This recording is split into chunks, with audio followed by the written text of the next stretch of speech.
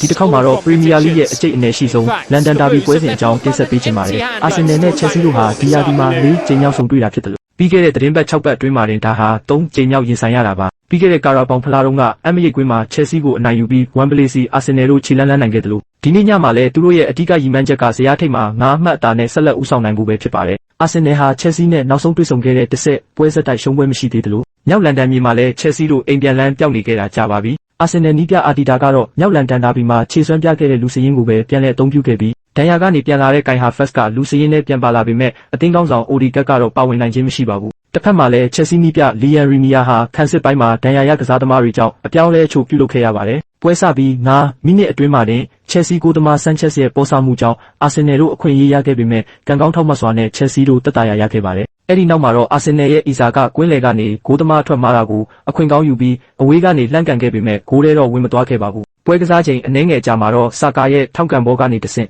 ဂါဘရီယယ်ရဲ့ခေါင်းတိုက်ချက်အဲ့ဒီကမှတဆင့်ခံစစ်မှုဆလီဘာကအာဆင်နယ်အတွက်ဦးဆောင်ဂိုးကိုတွင်းယူပေးခဲ့ပါတယ်။ဒါပေမဲ့ Chelsea ဘက်ကလည်းအရှုံးမပေးဘဲပြန်လည်တိုက်စစ်ဆင်ခဲ့ပါတယ်။ Reece James ရဲ့ပြင်းထန်တဲ့ကန်တင်ဘောကိုအာဆင်နယ်ခံစစ်မှုဟီနာဘီရဲ့ဖြတ်ထုတ်ရင်းကိုဂိုးကိုသွင်းမိတယ်လို့ဖြစ်သွားတာကြောင့်ပွဲကတတိတ်နဲ့တည်ရကျသွားခဲ့ပါတယ်။ဒုတိယပိုင်းမှာတော့အာဆင်နယ်တို့ဖိအားပေးလာခဲ့ပြီးဒီကလန်ရိုက်စ်ရဲ့ထောက်ကန်ဘောကနေတဆင့်ဂိုးသမား Sanchez ထွက်ပုတ်တာမတေချာတဲ့အချိန်ကိုအခွင့်ကောင်းယူပြီး Julian Timber ကအာဆင်နယ်အတွက်အဖိုးတန်အနိုင်ဂိုးကိုတွင်းယူပေးခဲ့ပါတယ်။အခြေအနေပိုဆိုးသွားတာကတော့ Chelsea တိုက်စစ်မှုနက်တိုဟာ Martinelli ကိုဖျက်ထုတ်ပုံကြမ်းတမ်းတာကြောင့်ဒီရာသီမှာသူတို့အသင်းရဲ့ကိုကြိမ်မြောက်အနီးကပ်ကိုထပ်မံရရှိခဲ့ပြီး Chelsea တို့တစ်ဆက်ရောက်ထဲနဲ့ကစားခဲ့ရတာပါ။ပွဲပြီးခါနီးမှာ Chelsea တို့ခြေပေါက်ကိုရဖို့အသေးအတန်ကြိုးစားခဲ့ပါတယ်။ဂါနာချိုရဲ့အပိုင်ကန်ချက်ကိုဂိုးသမားရာယာကလက်စွမ်းပြကာကွယ်ခဲ့တယ်လို့လီယန်ဒီလက်ကဂိုးသွင်းနိုင်ခဲ့ပေမဲ့ဗချီရှုစစ်ဆေးပြီးနောက်ဂျာအိုပက်ထရိုကလူချိုနေခဲ့တာကြောင့်ဂိုးအဖြစ်သတ်မှတ်ခြင်းမခံခဲ့ရပါဘူး။နောက်ဆုံးမှာတော့အာဆင်နယ်ဟာခံစစ်မှုတွေရဲ့ဂိုးတွေနဲ့အတူ Chelsea ကို2-1နဲ့အနိုင်ယူပြီးပရီးမီးယားလိဇယားထိပ်မှာ9 အမှတ်အသာနဲ့ဆက်လက်ဦးဆောင်နိုင်ခဲ့ပါတယ်။ Arsenal ပရိသတ်တွေအတွက်တော့ပျော်ရွှင်စရာလန်ဒန်ဒါဘီညတညဖြစ်ခဲ့ရတယ်လို့